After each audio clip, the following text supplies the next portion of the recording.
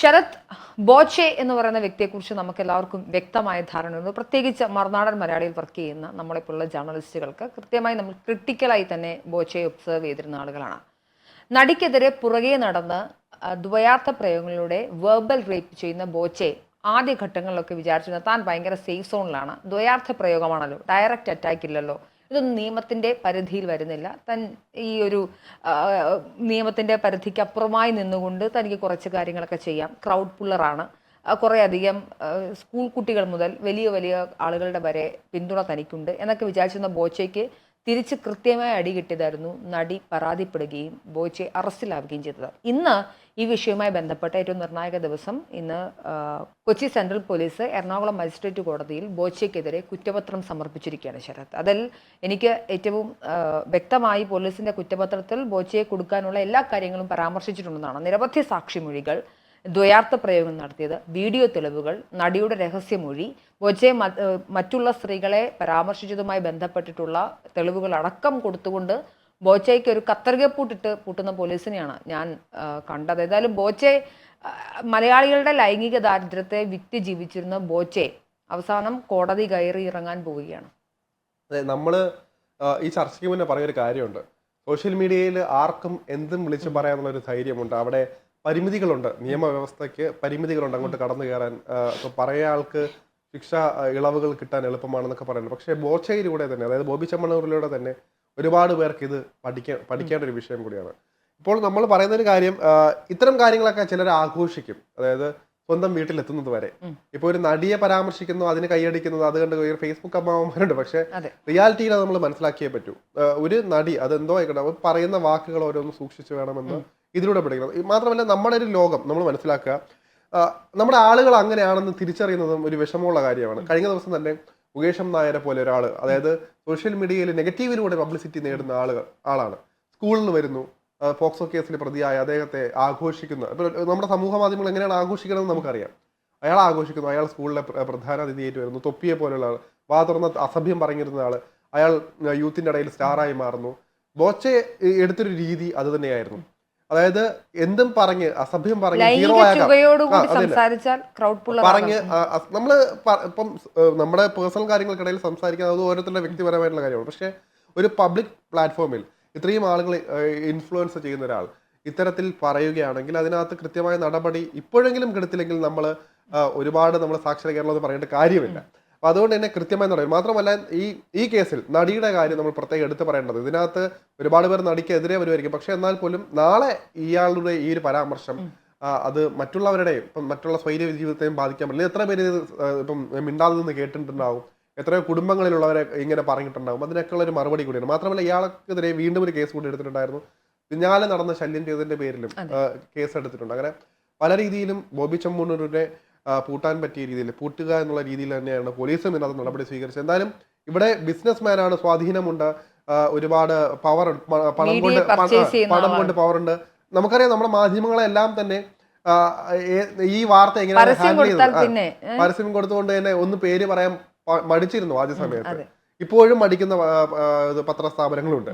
എന്തായാലും നമ്മൾ അതിനെതിരെ ആദ്യം തന്നെ പോരാടി തുടങ്ങിയിരുന്നു. അവിടെ പണം, സ്വാധീനമെല്ലാം വന്നിട്ടുണ്ട്. അതൊക്കെ നിഷേധിച്ചുകൊണ്ട് എന്താണോ ചെയ്യുന്നത്, സമൂഹത്തിൽ എന്താണ് അയാൾ പറഞ്ഞുകൊണ്ടിരുന്നത്, അതിനെയൊക്കെ തന്നെ ചോദ്യം ചെയ്തിട്ടുള്ളവരാണെന്നുള്ളത്. അതുകൊണ്ട് തന്നെ അഭിമാനപൂർവ്വം അതിലും നമ്മളൊരു ഭാഗമാണ്. ഇപ്പോൾ ഇങ്ങനെ ഇനിയും ഇത്തരം ദുഷ്പ്രവർത്തികൾ ചെയ്യുന്നവർക്കെതിരെ നമ്മൾ പോരാടുന്നു എന്നതാണ് മാധ്യമപ്രവർത്തന നിലയിൽ കൂടെ നമുക്ക് പറയാനുള്ളത്. തീർച്ചയായിട്ടും ഇതിനകത്ത് നടിയുടെ ഫീഡുകളിൽ ഏറ്റവും പ്രധാനമായി പറഞ്ഞിരുന്നത് ബോച്ചെ വൃത്തികെട്ടവനാണ്. പക്ഷേ നടിയെ എങ്ങനെ വെറുതെ വിടാൻ പറ്റുമോ? അവളുടെ ശരീരം കണ്ടാൽ, ശരീരം കാണിച്ചുകൊണ്ടുള്ള വസ്ത്രധാരണം കണ്ടാൽ, ക്ലീവേജ് കാണിക്കുന്നത് കണ്ടാൽ, ശരീരത്തിന്റെ വടിവ് കാണിച്ചുകൊണ്ട് അവൾ മലയാളിയുടെ ലൈംഗിക ദാരിദ്ര്യം വിറ്റല്ലേ ജീവിക്കുന്നത്. അപ്പോൾ പിന്നെ അവളെക്കുറിച്ച് പറഞ്ഞാൽ എന്താണ് തെറ്റ് എന്ന് ചോദിക്കുന്ന ഒരു വലിയ വിഭാഗം ആ സമയത്ത് തന്നെ ഉണ്ടായിരുന്നു. ഇന്ത്യൻ ഭരണഘടനയിൽ ഒരു നഗ്നത അല്ലെങ്കിൽ നമ്മുടെ നിയമത്തിന്റെ പരിധിയിൽ ന്യൂഡിറ്റി നമ്മൾ പൊതുസമൂഹങ്ങളിൽ, പൊതുസ്ഥലങ്ങളിൽ അനുവദിക്കുന്നില്ല. ഇന്ത്യൻ ഭരണഘടനയോ ഇന്ത്യൻ നീതിന്യായ വ്യവസ്ഥയോ അനുശാസിക്കാത്ത ഒരു വസ്ത്രവും ആ നടി ധരിച്ചിരുന്നില്ല. നമ്മുടെ കണ്ണുകളിലാണ് പ്രശ്നം. നമ്മുടെ കണ്ണുകളിലാണ് ആ നടിയെ കാണുമ്പോൾ കാമച്ചൊവയോടുകൂടി അല്ലെങ്കിൽ ഈ പറഞ്ഞ രീതിയിൽ സംസാരിക്കാനും വൾഗറായി ചിത്രീകരിക്കാനും നമുക്ക് തോന്നുന്നത്. അത് നമ്മുടെ മൊറാലിറ്റി, ഞങ്ങളുടെ കേരള സംസ്കാരം, ഞങ്ങളുടെ ഇന്ത്യൻ സംസ്കാരം ഇതിനെ അനുവദിക്കുന്നില്ല എന്ന് പറഞ്ഞ് നടിയെ ആക്രമിക്കുന്ന ഒരു വലിയ സമൂഹത്തെ കണ്ടു. എനിക്കിതിൽ ഏറ്റവും ഒരു എന്താ പറയുക, വനിതാ മാധ്യമ പ്രവർത്തക എന്ന നിലയിൽ എൻ്റെ ഭയങ്കര സന്തോഷം എന്തെന്നാൽ ഇങ്ങനൊരു വിഷയത്തിൽ ഈ നടിയെടുത്ത ഇനീഷ്യേഷൻ ഉണ്ട്. അതായത് നമ്മളെ ആർക്കും എന്തും പറയാം, അത് ഫേക്ക് അക്കൗണ്ടുകളിൽ കൂടി എന്തു തോന്നിയവാസവും വിളിച്ചു പറയാം എന്ന് പറയുന്ന ഒരു സിസ്റ്റം അല്ലെങ്കിൽ ഒരു എസ്റ്റാബ്ലിഷ്മെന്റ് ഇവിടെ ഉണ്ടായിരുന്നു. നിങ്ങൾക്കൊരു ഫേക്ക് അക്കൗണ്ട് ഉണ്ട്, ആ ഫേക്ക് അക്കൗണ്ടിൽ കൂടി നിങ്ങൾക്ക് വായിൽ വരുന്ന തോന്നിവാസവും തെറിയും എല്ലാം സ്ത്രീകൾക്ക് മുകളിൽ വർഷിക്കാം. നിങ്ങളുടെ ലൈംഗിക ദാരിദ്ര്യവും ലൈംഗിക ചുവയുള്ള ഭാഷയും ഒക്കെ അവിടെ വന്ന് ഛർദ്ദിക്കാമെന്ന് വിചാരിച്ചിരുന്ന ഒരു സമൂഹത്തിന് മുന്നിൽ ഫേക്ക് അക്കൗണ്ട് ആണെങ്കിലും പൂട്ടിക്കും എന്ന് പറഞ്ഞ് നിരവധി ആളുകൾക്കെതിരെ ആ സമയത്ത് കേസുകൾ എടുത്തിരുന്നു. അതായത് കേരള പോലീസും എനിക്ക് ഉറപ്പാണ് അന്നത്തെ മുഖ്യമന്ത്രി പിണറായി വിജയനെ നടി വിളിക്കുന്നുണ്ട്. പൂർണ്ണമായ പിന്തുണ സംസ്ഥാന സർക്കാർ നടിക്ക് നൽകുന്നു. പോലീസ് പൂർണ്ണമായ പിന്തുണ നടിക്ക് നൽകുന്നു. കേസെടുക്കുന്നു, രജിസ്റ്റർ ചെയ്യുന്നു. ഓരോ ഫേക്ക് അക്കൗണ്ടുകളെയും പിൻ പോയിന്റ് ചെയ്ത് പൂട്ടിക്കുന്നു, കേസുകൾ എടുക്കുന്നു. ഈ ബോബി ചെമ്മണ്ണൂർ എന്ന് പറഞ്ഞ സാമൂഹിക വിരുദ്ധൻ, ഞാൻ അങ്ങനെയാണ് പറഞ്ഞത്, സാമൂഹിക വിരുദ്ധനെ കാര്യം ഞാൻ അങ്ങനെ പറയാൻ ഒരു കാരണം കൂടി. ബോബി ചെമ്മണ്ണൂർ ഒരു പെൺകുട്ടിയോട്, വളരെ ചെറിയൊരു പെൺകുട്ടിയോട് നടത്തിയ പരാമർശങ്ങളൊക്കെ ഇതിനെ കണ്ട് കൈയടിക്കുന്ന ഒരു പൊതുസമൂഹത്തിന് കിട്ടിയ കർണത്തടിയാണ് സത്യത്തിൽ ബോച്ചയുടെ ജയിൽവാസം ഉൾപ്പെടെയുള്ള കാര്യം. അതുകൊണ്ട് ഈ നടിയോട് എനിക്ക് വളരെയധികം റെസ്പെക്റ്റ് ഉണ്ട് എന്നാണ് ഈ അവസരത്തിലുണ്ട്. മാത്രമല്ല, നടി ആദ്യഘട്ടത്തിൽ പേര് പറഞ്ഞിരുന്നില്ല, പക്ഷെ പിന്നെയും പിന്നെയും പുറകെ നടന്ന് ശല്യപ്പെടുത്തുന്ന, അതായത് സ്റ്റോക്ക് ചെയ്യുക എന്ന് പറയുന്നത് ഒരു ഫാഷനാക്കി മാറ്റിയ ഒരു രീതിയിലായിരുന്നു ആ സമയത്ത്. മാത്രമല്ല അത് ഉപയോഗിച്ച് പണം വാരുക എന്നുള്ള ലക്ഷ്യങ്ങളുണ്ട്. ഇപ്പോൾ അങ്ങനെ പറഞ്ഞു നേടി ഒരുപാട് പണം അവർക്ക് കാശ് കൊടുത്തിട്ടല്ലേ കൊണ്ടുവന്നത്. അങ്ങനെ ഉണ്ടായിരുന്നു. എന്തായാലും ആ രീതിയിലേക്ക് വന്നപ്പോൾ തന്നെ സ്വാഭാവികമായിട്ട് നമ്മൾ വിചാരിച്ചിരുന്ന കാര്യമായിരുന്നു ഇത് എത്ര നാൾ ഇത് മുന്നോട്ട് പോകും.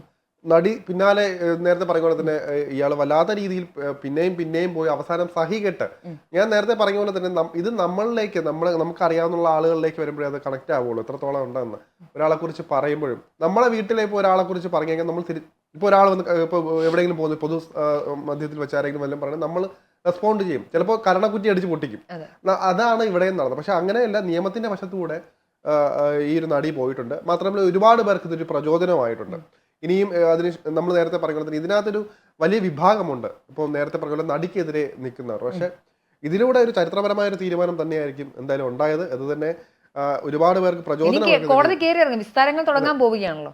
കോടതി കയറി ഇറങ്ങേണ്ടി വരുന്ന കോടീശ്വരന്റെ വിലാപകാവ്യങ്ങളൊക്കെ. മാത്രമല്ല ഇപ്പൊ അതുകൊണ്ടൊരു ഗുണമുണ്ടായി. ഇപ്പൊ അനാവശ്യ പരാമർശങ്ങളൊന്നും നടന്നുന്നില്ല. അപ്പം നമ്മൾ മനസ്സിലാക്കേണ്ടത് എന്തും വിളിച്ച് പറയാനുള്ള രീതിയിലേക്ക് എത്തേണ്ടതില്ല. ഇപ്പോൾ അദ്ദേഹത്തിന് ചിലപ്പോൾ ഇപ്പൊ ഒരുപാട് നമുക്കറിയാം ഈ ഒരു കേസിലൂടെ അല്ല, എന്നാൽ തന്നെ വിവാദ നായകനാണ്. അദ്ദേഹം മീഡിയ അറ്റൻഷന് വേണ്ടി പല രീതിയിലുള്ള പ്രയോഗങ്ങളും അല്ലെങ്കിൽ പല രീതിയിലുള്ള നാടകങ്ങളും നടത്താറുണ്ട്. നല്ലൊരു ബാക്ക്ഗ്രൗണ്ട് അല്ല അദ്ദേഹത്തിന്റെ റൂട്ട് അന്വേഷിച്ച് പോകുമ്പോൾ നമുക്ക് മനസ്സിലാകുന്നത്. അപ്പോൾ ഇത് അർഹിക്കുന്നത് തന്നെയാണ്. മാത്രമല്ല, നിയമത്തിന് ഇടപെടൽ കൊണ്ട് ഇങ്ങനെ ഒരാൾ നിന്ന് അല്ലെങ്കിൽ നന്നായിട്ടുണ്ടെങ്കിൽ അത് നല്ലതാണ്. അത് ഒരുപാട് പേര് അത് കണ്ട് പഠിക്കേണ്ടതുകൊണ്ട്. ഇനി ഇപ്പോൾ ഒരു പെൺകുട്ടിക്കെതിരെ അല്ലെങ്കിൽ എന്തെങ്കിലും രീതിയിൽ പരാമർശം ടൈപ്പ് ചെയ്യുമ്പോൾ ഒന്ന് ആലോചിക്കണം, എന്താണ് ബോച്ചയ്ക്ക് സംഭവിച്ചത്, അത് എങ്ങനെയാണ് എന്നെ ബാധിക്കാൻ പോകുന്നത്, ഇവിടുത്തെ നിയമവ്യവസ്ഥയെ എന്തൊക്കെ രീതിയിൽ പേടിക്കണം, സോഷ്യൽ മീഡിയയിൽ എന്തും വിളിച്ച് പറയാനുള്ള ഒരു ലൈസൻസ് ഇല്ല എന്നൊക്കെ കൃത്യമായി മനസ്സിലാക്കാൻ കൂടി ഈ ഒരു കേസ് സഹായിക്കുമെന്ന് തോന്നുന്നു.